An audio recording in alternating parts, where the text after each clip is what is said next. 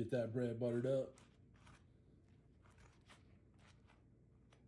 Get that bun toasted up.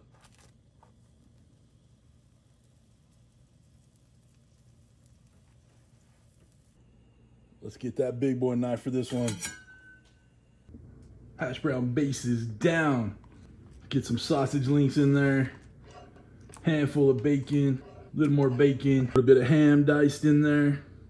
Got some cheese, a little bit more cheese. Eggs are on, sunny side up of course.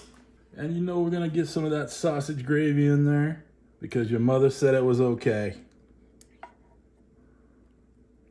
How about that, y'all? Now we got our big old knife and let's get to chopping.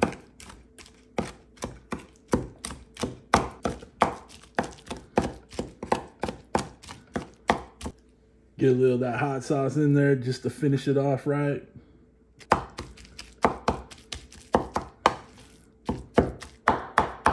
Get a nice scoopful. Get it in that roll.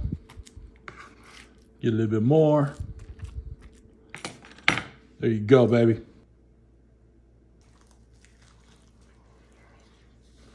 Hot damn, why hasn't anybody thought of that before? Good job, CJ.